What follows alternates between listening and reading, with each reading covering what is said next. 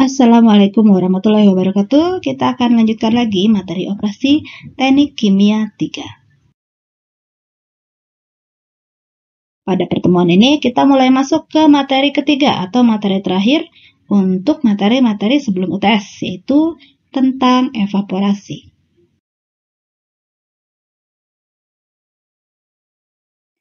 Jadi kalau dalam materi sebelumnya Anda mempelajari perpindahan panas itu ada konduksi, ada konveksi, menghitungnya bagaimana, jadi dasar-dasar perpindahan panas seperti apa, kemudian diimplementasikan ke HE. Nah, sekarang kita masuk ke alat kedua yang memanfaatkan prinsip perpindahan panas, yaitu evaporator. Tujuan materi ini ada 3 umumnya. Yang pertama, Anda dapat mendefinisikan pengertian evaporasi dengan benar. Kemudian dapat membedakan prinsip kerja setiap jenis evaporator dengan benar. Dan terakhir dapat menghitung derajat massa dan derajat panas pada evaporator. Satu tahap saja kita batasi, yang single stage dengan benar.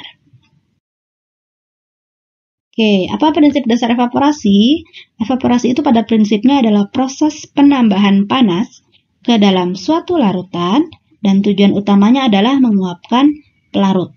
Nah, umumnya ketika kita menggunakan proses evaporasi, pelarut yang diuapkan adalah air. Aplikasinya di industri untuk apa saja? Yang pertama untuk pemekatan larutan gula, NaOH, gliserol, perekat susu, dan jus buah. Jadi intinya untuk memekatkan sebuah larutan, meningkatkan konsentrasinya berarti. Kalau tujuan akhirnya memperoleh kristal, itu prosesnya beda lagi, kristalisasi. Dan alat untuk evaporasi disebut evaporator. Jenis evaporator itu dibedakan berdasarkan konfigurasi permukaan perpindahan panas dan sirkulasi cairan di dalamnya. Kita lihat gambar yang setelah ini supaya lebih jelas. Nah, pada gambar ini Anda bisa lihat ya, ada 4 jenis evaporator. Yang pertama adalah tipe horizontal tube. Sesuai namanya, kita lihat tubnya horizontal seperti ini. Pemanasnya itu ada steam masuk dari sini, melewati tube horizontal, kemudian keluar sebagai kondensat. Ada perubahan fasa di sini ya. Umpannya dimasukkan di sini, dipanaskan berarti oleh steam. Nah, sebagian pelarutnya akan menguap. Nah, konsentrasi atau cairan umpan yang lebih terkonsentrasi itu keluar lewat bawah. Yang B adalah vertical tube pipe. Sesuai namanya, tubnya vertikal. Sama pada prinsipnya. Steam masuk ke tube, ya, kemudian keluar sebagai kondensat. Sementara umpannya dilewatkan, menerima panas, uap larutnya menguap, kemudian cairan yang lebih terkonsentrasi turun lewat bawah. Yang C itu vertical tube juga tapi tipe long tube. Steamnya masuk sini dan keluar lagi sebagai kondensat. Umpannya dari bawah dilewatkan ke sini. Nah, pelarutnya yang menguap keluar lewat atas, cairan yang lebih terkonsentrasi keluar lewat bawah. Yang terakhir ada force circulation type. Begitu ada nama force, berarti ada alat lainnya yang mendorong aliran ya. Di sini ada tambahan pompa. Jadi steam dan kondensatnya normal, sementara umpannya dipompa. Umpan dipompa dari sini, kemudian pelarutnya menguap, zat yang terkonsentrasinya keluar kembali. Mudah-mudahan paham ya, 4 jenis konfigurasi yang ada di sini. Oke, faktor-faktor apa saja yang mempengaruhi proses evaporasi? Yang pertama tentunya konsentrasi cairan. Ketika lebih banyak pelarut, tentunya akan makin banyak ya pelarut yang berubah menjadi uap. Kemudian kelarutan padatan. Nah, tadi ya, dalam zatnya padatannya sudah terlarut atau tidak. Ketiga, sensitivitas material terhadap temperatur, foaming, dan frotting. Jadi materialnya ini material yang diumpankan ya, dia sensitivitas tidak terhadap temperatur. Kalau sensitif berarti kan suhunya tidak boleh terlalu tinggi. Foaming itu kemungkinan pembentukan gelembung. Frotting, gelembungnya yang menyatu ya, seperti kopi kalau cappuccino begitu kan ada frottingnya di atas bergabung gelembungnya. Kemudian tekanan operasi, temperatur operasi, bahan konstruksi ini dari alat evaporatornya untuk mengetahui kemungkinan kerak yang terbentuk. Ini adalah beberapa nilai kelarutan untuk berbagai zat di dalam air. Bisa dilihat ada yang kelarutannya meningkat seiring dengan peningkatan temperatur, Ada yang meningkat, kemudian agak turun, ada yang meningkat juga, ada yang relatif datar juga ya. Jadi Anda harus lihat dulu data kelarutannya di dalam air untuk seiring dengan peningkatan temperatur. Metode operasi evaporator ada apa saja? Yang pertama ada yang namanya single effect evaporator. Yang kedua adalah forward feed multiple effect evaporator, backward feed multiple effect evaporator, dan parallel feed multiple effect evaporator. Supaya jelas, kita lihat dulu video setelah ini, kemudian kita lihat gambarnya ya, konfigurasinya. Oke, silakan. Nah, Anda lihat video berikut ini. In this tutorial, we will look at a single effect evaporator. Let's first look at this animation to get an understanding of a single effect evaporator. We have juice coming in at the bottom as shown with these yellow arrows. The incoming feed, that is the raw juice, then enters at the bottom of the tubes and rises to the top. Steam, on the other hand, is fed from the side, and as it goes down through the tubes, making an indirect contact with the liquid feed and giving up its heat, steam then condenses and leaves as condensate. As the liquid feed heats, rising to the top, vapors form, and both the heated liquid and vapors enter a chamber on the side called the separator, where the vapors will then leave on the top and the liquid will again enter the bottom of the evaporator section. As the liquid gets concentrated, it can then also be removed from the evaporator on the side as concentrated juice. Oke, ini adalah single effect evaporator. Ya, jadi hanya satu efeknya, jadi satu alat ini namanya satu efek. Umum digunakan pada proses yang kapasitasnya kecil atau ketika rasio biaya steam terhadap harga evaporator relatif kecil. Apabila digunakan untuk proses kapasitas besar, maka akan ada rugi-rugi panas yang tinggi. Ya, jadi di sini steamnya masuk, kemudian dia ada perubahan fase menjadi kondensat. Ini lewat tube ya, tidak langsung kontak. Sedangkan umpannya masuk dari sini. Uap pelarutnya menguap ke kondensor, sedangkan produk yang konsentrasinya lebih tinggi akan keluar lewat bawah. Oke, silakan. Nah, Anda lihat video berikut ini. Let's first look at this animation of a triple effect evaporator. We have steam coming in and entering the first effect, and the condensate leaves at the bottom of the heating section.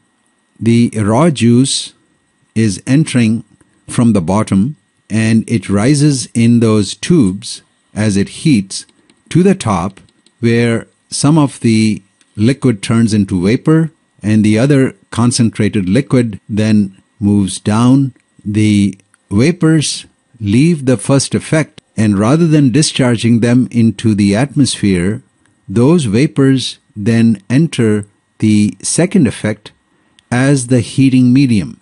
Note that the heating medium in the first effect was steam, and now for the second effect, the heating medium is the vapor that is coming from the first effect. Those vapors will then condense in the heating section, and they will leave as condensate.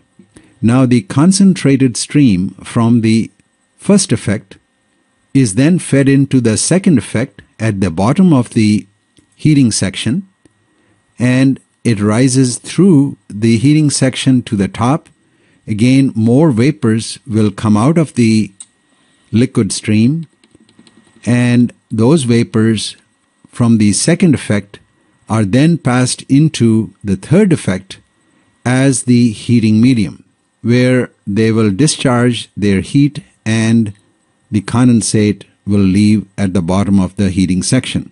The concentrated liquid from the second effect is then fed into the third effect at the bottom of the heating section, and again more vapors will come out at the top, which are then discharged into the atmosphere, and the concentrated product stream leaves on the right hand side from the third effect.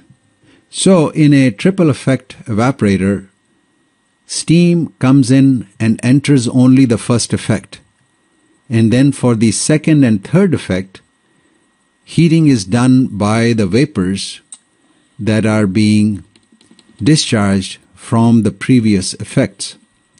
Of course, the vacuum inside these chambers will be maintained at appropriate levels so that the liquid streams in those effects can appropriately boil and discharge vapors. So note that the boiling temperature in each of these effects is different, and that boiling temperature is maintained by using different levels of vacuum in each of these effects.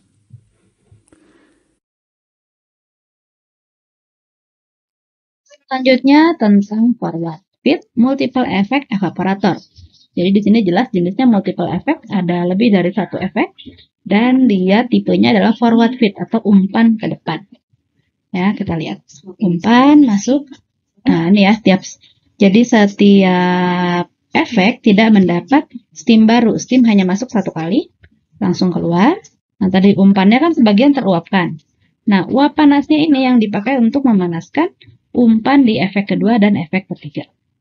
Tadi produk yang sudah terkonsentrasi akan masuk ke efek kedua untuk lebih terkonsentrasi lagi, dan efek ketiga lebih terkonsentrasi lagi.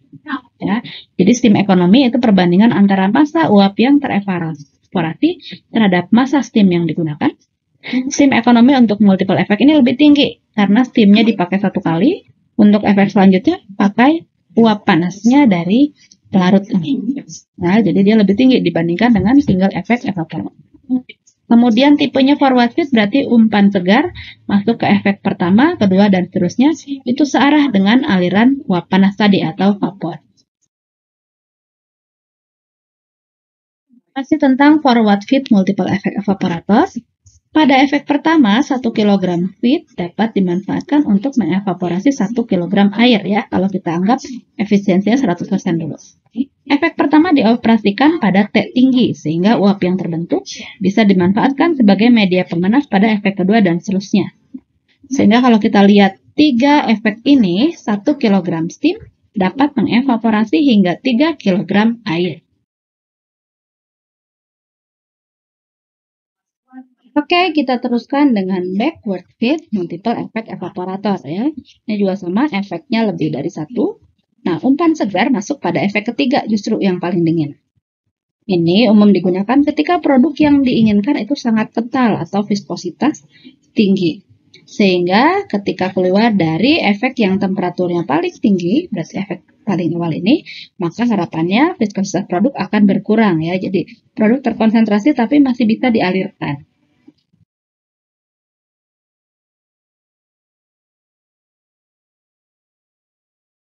Yang terakhir adalah tipe parallel feed multiple effect evaporator. Jadi umpan itu akan dimasukkan pada setiap efek. Nah, produk pekat juga keluar dari setiap efek. Tapi uap dari setiap efek digunakan untuk memanaskan efek berikutnya. Nah, ini umumnya digunakan pada umpan yang sudah hampir jenuh dan produk yang diinginkan berupa kristal.